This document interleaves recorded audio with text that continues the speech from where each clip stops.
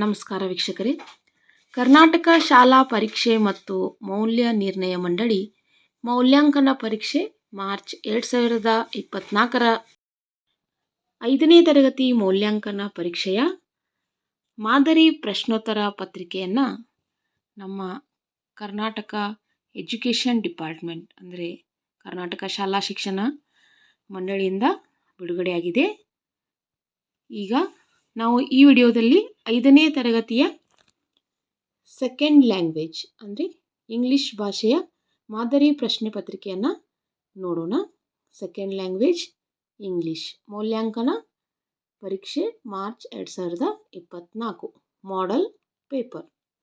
ನೋಡಿ, ಮಾಡೆಲ್ ಪೇಪರ್ನಲ್ಲಿ ಮೊದಲನೇ ಪುಟ ಈ ರೀತಿ ಇರುತ್ತೆ. Name of the student, student SATS number, signature of the student, school dice code, school name, cluster, block, district, school type, government, aided or unaided ಅಂತ ಇರುತ್ತೆ. ಇಲ್ಲಿ ಸಿಗ್ನೇಚರ್ ಆಫ್ ದ ರೂಮ್ ಇನ್ವಿಗಿಲೇಟರ್. ಇಲ್ಲಿ ಮಾರ್ಕ್ಸ್ ಡೀಟೇಲ್ಸ್ ಇರುತ್ತೆ first ಪೇಜ್ನಲ್ಲಿ. ಇದೆಲ್ಲ ಇವ್ಯಾಲ್ಯೂಟರ್ಗೆ ಸಂಬಂಧಪಟ್ಟಿದ್ದು, ಈ ಪೇಪರನ್ನು check ಮಾಡೋರಿಗೆ ಸಂಬಂಧಪಟ್ಟಿದ್ದು. ಈಗ ನಾವಿಲ್ಲಿ ಮೊದಲನೇ ಪ್ರಶ್ನೆನ ನೋಡೋದಾದರೆ, 4 alternatives are given for each of the following questions. Incomplete statements. Choose the correct alternative and write the complete answer along with the correct option for question numbers 1 to 10. ಇಲ್ಲಿ ಮಲ್ಟಿಪಲ್ ಚಾಯ್ಸ್ ಅಂದರೆ objective type question ಇದೆ. ನಾವು 4 ಆಪ್ಷನ್ನಲ್ಲಿ ಯಾವುದು ಸರಿಯಾದ ಉತ್ತರ ಅದನ್ನು ನಾವು ಇಲ್ಲಿ ಬರೀಬೇಕು. ಇಲ್ಲಿ ಇರುವಂತಹ ಮೊದಲನೇ question, where are you going tomorrow? Where are you going tomorrow? Fill in the blank with the correct punctuation mark. ನೋಡಿ, ನಾವಿಲ್ಲಿ where are you going tomorrow ಅನ್ನೋದಕ್ಕೆ ನಾವು ಕರೆಕ್ಟ್ ಪಂಕ್ಚುಯೇಷನ್ ಮಾರ್ಕ್ಸನ್ನು ಹಾಕಬೇಕಂದ್ರೆ ಪ್ರಶ್ನಾರ್ಥಕ ಚಿಹ್ನೆ. ಮೊದಲನೇ ಪ್ರಶ್ನೆಗೆ ಸರಿಯಾದ ಉತ್ತರ ನೋಡೋದಾದರೆ ಆಪ್ಷನ್ ಸಿ, ಕ್ವಶನ್ ಮಾರ್ಕ್. ಇಲ್ಲಿ ಸರಿಯಾಗಿ ಬರಬೇಕಾಗಿದ್ದು ಕ್ವಶನ್ ಮಾರ್ಕ್, ಯಾಕೆಂದರೆ ಇದು ಪ್ರಶ್ನೆಯನ್ನು ಕೇಳುವಂಥ ವಾಕ್ಯ. Where are you going tomorrow? Option C ಸರಿಯಾದ ಉತ್ತರ. ಹಾಗಾಗಿ ಆಪ್ಷನ್ ಸಿ ಅಂತ ಬರೆದು ಇಲ್ಲಿ ನಾವು ಈ ಕ್ವಶನ್ ಮಾರ್ಕ್ನ ಬರೀಬೇಕಾಗುತ್ತೆ. ಇನ್ನು second question, a cat dash. Fill in the blank with the correct sound. ಇಲ್ಲಿ ನಾವು ಕ್ಯಾಟ್ದ ಸೌಂಡ್ ಬರೀಬೇಕಾಗುತ್ತೆ. ಮಿಯಾವ್, ಬಾರ್ಕ್, ಬ್ಲಿಟ್ಸ್ ಮತ್ತು ಮೂಸ್ ಅಂತ ಇದೆ. ಇಲ್ಲಿ ಸರಿಯಾದ ಉತ್ತರ ಅ ಕ್ಯಾಟ್ ಮಿಯಾವ್. ಇನ್ನು ನೆಕ್ಸ್ಟ್ ಕ್ವಶನ್ ನೋಡೋದಾದರೆ, my uncle and dash came to our house. The suitable other gender of the underline word to be. ನೋಡಿ, ಇಲ್ಲಿ ಅಂಕಲ್ ಅನ್ನುವಂಥ ಶಬ್ದಕ್ಕೆ ಅಂಡರ್ಲೈನ್ ಇದೆ. ಹಾಗೆ ಇದರದ ಅದರ್ ಜೆಂಡರ್ ವರ್ಡನ್ನು ನಾವು ಬರೀಬೇಕಾಗುತ್ತೆ. ಆಪ್ಷನ್ ಇರೋದು ಸಿಸ್ಟರ್, ಆಂಟ್, ಮದರ್, ವೈಫ್. ಇದರಲ್ಲಿ ಅಂಕಲ್ದು ಆಂಟ್ ಅಂತ ಆಗುತ್ತೆ. ಹಾಗಾಗಿ ಸರಿಯಾದ ಉತ್ತರ ಆಪ್ಷನ್ ಸಿ. ಸರಿಯಾದ ಉತ್ತರ ಆಪ್ಷನ್ ಸಿ. ಹಾಗೆ ನೆಕ್ಸ್ಟ್ ಕ್ವಶನ್, RDGANE ಅಂತ ಲೆಟರ್ಸ್ ಕೊಟ್ಟಿದ್ದಾರೆ. Rearrange the jumbled letters to get a meaningful word from the given option. ಈ ಅಕ್ಷರಗಳನ್ನು ಉಪಯೋಗಿಸ್ಕೊಂಡು ಮೀನಿಂಗ್ಫುಲ್ ವರ್ಡ್ ಶಬ್ದವನ್ನು ಮಾಡಬೇಕು. ನೋಡಿ, ಇಲ್ಲಿದೆ ಗ್ರ್ಯಾಡ್ಯಾನ್. ಇದನ್ನು ನಾವು ಈ ಅಕ್ಷರಗಳನ್ನ ಉಪಯೋಗಿಸ್ಕೊಂಡು ಸರಿಯಾಗಿ ಪದವನ್ನು ಮಾಡಿದಾಗ ಅದಾಗುತ್ತೆ ಗಾರ್ಡನ್. ಇಲ್ಲಿ ಸರಿಯಾದ ಉತ್ತರ ಆಪ್ಷನ್ ಡಿ, ಗಾರ್ಡನ್. ಮುಂದಿನ ಪ್ರಶ್ನೆ, the plural form of clock.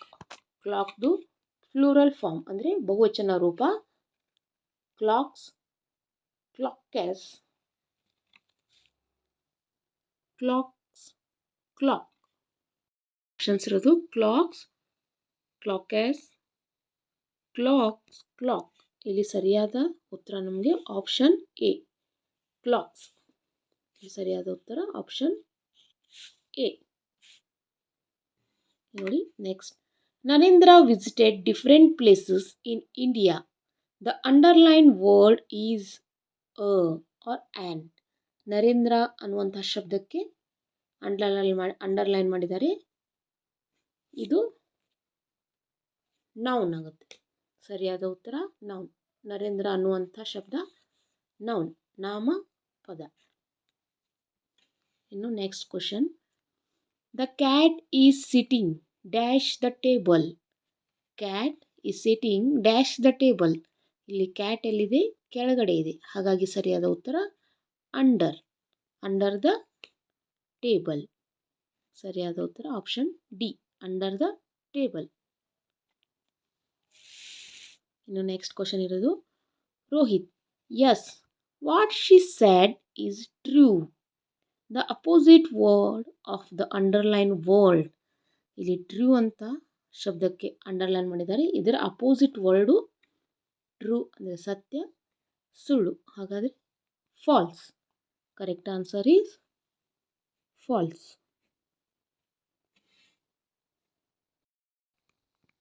Next question. The king dash ಬ್ರಾಕೆಟಲ್ಲಿ ಸಿ ಅಂತ ಇದೆ. An old woman planting mango saplings. The correct past tense of the verb given in the bracket is C ಅಂತ ಇದೆ. ಇದರ past tense ಏನಾಗುತ್ತೆ ಅಂದರೆ saw. ಸರಿಯಾದ ಉತ್ತರ saw. The king saw an old woman planting mango saplings. ಇನ್ನು this is a dash mountain. Fill in the blank with suitable adjective. This is a dash mountain. This is a huge mountain. ಇದಕ್ಕೆ ಸರಿಯಾದ ಉತ್ತರ this is a huge ಅಂದರೆ ದೊಡ್ಡದಾದ ಬೆಟ್ಟ. ಈಗ next question number 2 ಅಂತ ಇದೆ. Answer the following questions from 11 to 14 as directed. 11ನೇ ಪ್ರಶ್ನೆ ಏನಿದೆ? Solve the riddle. Give me food I will live. Give me water I will die ಅಂತ ಇದೆ. ನೀವು ನನಗೆ ಆಹಾರನ ಕೊಟ್ಟರೆ ನಾನು ಇರ್ತೀನಿ, ನೀರನ್ನು ಕೊಟ್ಟರೆ ನಾನು ಸಾಯ್ತೀನಿ. ಏನಿದು?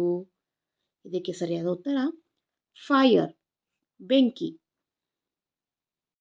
ಸರಿಯಾದ ಉತ್ತರ fire, FIRE, fire. Next. Write a suitable rhyming word for the given word. Rhyming word ಬರೀಬೇಕು. ಎಕ್ಸಾಂಪಲ್ ಕ್ಯಾಟ್, ರ್ಯಾಟ್, ಬಿಗ್ದು ನಾವು ಯಾವುದಾದ್ರೂ ರೈಮಿಂಗ್ ವರ್ಡ್ ಬರಿಬೋದು. ನಾನಿಲ್ಲಿ ಡಿಗ್ ಬರೀತಿದ್ದೀನಿ. ಬಿಗ್, ಡಿಗ್.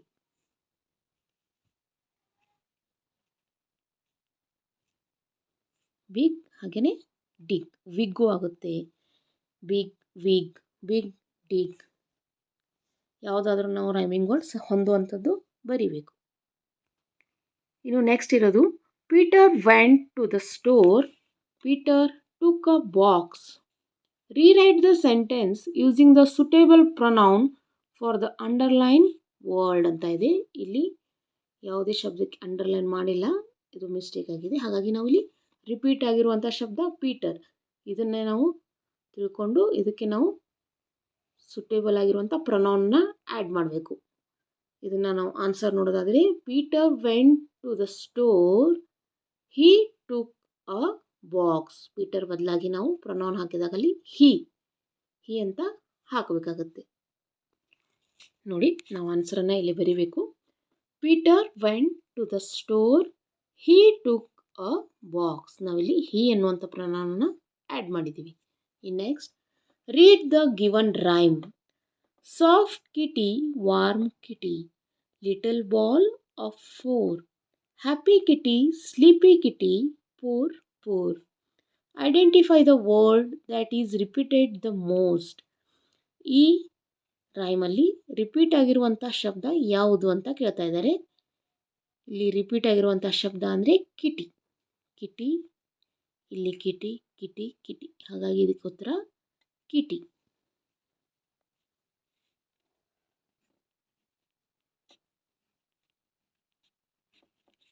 ಉತ್ತರ ಇದರದು kitty. Next. Do as directed for question numbers 15 to 18 ಅಂತ ಇದೆ. 15 number question. Write any 4 words related to the given below. ಇದಕ್ಕೆ 4 ಮಾರ್ಕ್ಸ್ ಇರುತ್ತೆ. ಇದಕ್ಕೆ ಒಂದೊಂದು ಪ್ರಶ್ನೆಗೆ 2 ಅಂಕಗಳು ಇರುತ್ತೆ. ನೋಡಿ, ಫಾರೆಸ್ಟ್ ಅಂತ ಇದೆ. ಈ ಫಾರೆಸ್ಟ್ಗೆ ರಿಲೇಟೆಡ್ ಆಗಿರುವಂಥ ವರ್ಡ್ಸನ್ನು ನಾವಿಲ್ಲಿ ಬರಿಬೇಕು. ಫಾರೆಸ್ಟ್ಗೆ ರಿಲೇಟೆಡ್ ಆಗಿರುವಂಥ example river, trees, animals, birds, ಈ ರೀತಿ ನೋಡಿ. ಫಾರೆಸ್ಟ್ ಆಗಿ ರಿಲೇಟೆಡ್ ಆಗಿರುವಂಥ ಶಬ್ದಗಳು ಎನಿಮಲ್ಸ್, ಟ್ರೀಸ್, ರಿವರ್, ಬರ್ಡ್ಸ್. ನೀವು ಇದನ್ನು ಬಿಟ್ಟು ಮತ್ತೆ ಬೇರೆ ಶಬ್ದಗಳನ್ನ ಕೂಡ ಬರಿಬೋದು, ಆದರೆ ಅದು ಫಾರೆಸ್ಟ್ ಕಾಡಿಗೆ ಸಂಬಂಧಪಟ್ಟಿದ್ದು ಆಗಿರಬೇಕು. Next, make 4 words from the given word and right damn. ಈ ಶಬ್ದ ಅಂಡರ್ಸ್ಟ್ಯಾಂಡ್ ಅಂತ ಕೊಟ್ಟಿದ್ದಾರೆ. ಇದರಲ್ಲಿ ನಾವು 4 ಶಬ್ದಗಳನ್ನು ಬರಿಬೇಕು. ಇದರೊಳಗೆ ಇರುವಂಥ 4 ಶಬ್ದಗಳನ್ನ ನಾವಿಲ್ಲಿ ಬರಿಬೇಕು. ನೋಡಿಲಿ, ಅಂಡರ್ ಸ್ಟ್ಯಾಂಡ್ ಆ್ಯಂಡ್ ಹಾಗೆಯೇ ಅನ್. ಇವು ಇದರೊಳಗಿರುವಂಥ 4 ಶಬ್ದಗಳು. ಅಂಡರ್, ಆ್ಯಂಡ್, ಸ್ಟ್ಯಾಂಡ್, ಹಾಗೆಯೇ ಅನ್. ನೆಕ್ಸ್ಟ್ ಇರೋದು frame sentences of your own using the given words ಅಂತ ಇದೆ. ಟೇಬಲ್ ಹಾಗೆಯೇ ಬೈಸಿಕಲ್ನ ಉಪಯೋಗಿಸ್ಕೊಂಡು ನಾವು ಸೆಂಟೆನ್ಸ್ನ ಕ್ರಿಯೇಟ್ ಮಾಡಬೇಕು. ನೋಡಿ, ಸೆಂಟೆನ್ಸ್ ಮಾಡಿ ಬರೆದಾಗ the dog is sitting on the table. The dog is sitting on the table. Next bicycle ಅಂತ ಇದೆ. I brought a new bicycle. I brought a new bicycle. Next ಇರೋದು ಸಾಲ್ವ್ ದ ಕ್ರಾಸ್ವರ್ಡ್ ಪಜಲ್. ಇಲ್ಲಿ puzzle ಇದೆ. Down first number. We study in a S ಅಂತ ಇದೆ. ಇದಕ್ಕೆ ಉತ್ತರ school. We study in a school.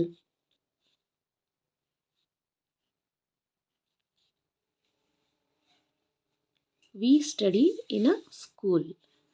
Second number, children like to fly this. ಇದಕ್ಕೆ answer kite. Answer ಬಂದ್ಬಿಟ್ಟು ಇದಕ್ಕೆ ಕೈಟ್. Next across.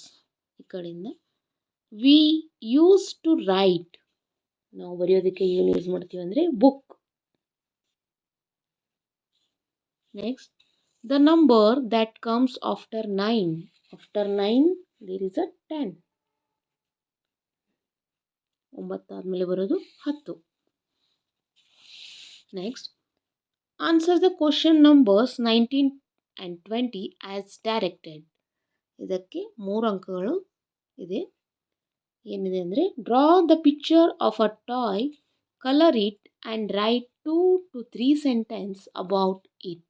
ನಾವಿಲ್ಲಿ ಒಂದು ಟಾಯ್ ಅಂದರೆ ಆಟಿಕೆ ಗೊಂಬೆಯ ಚಿತ್ರವನ್ನು ಬರೆದು ಅದನ್ನು ಕಲರ್ ಇಟ್ ಅಂದರೆ ಕಲರ್ ಮಾಡಿ ಅದರ ಬಗ್ಗೆ 2 to 3 ಸೆಂಟೆನ್ಸ್ 2ರಿಂದ 3 ವಾಕ್ಯಗಳಲ್ಲಿ ಬರೀಬೇಕು.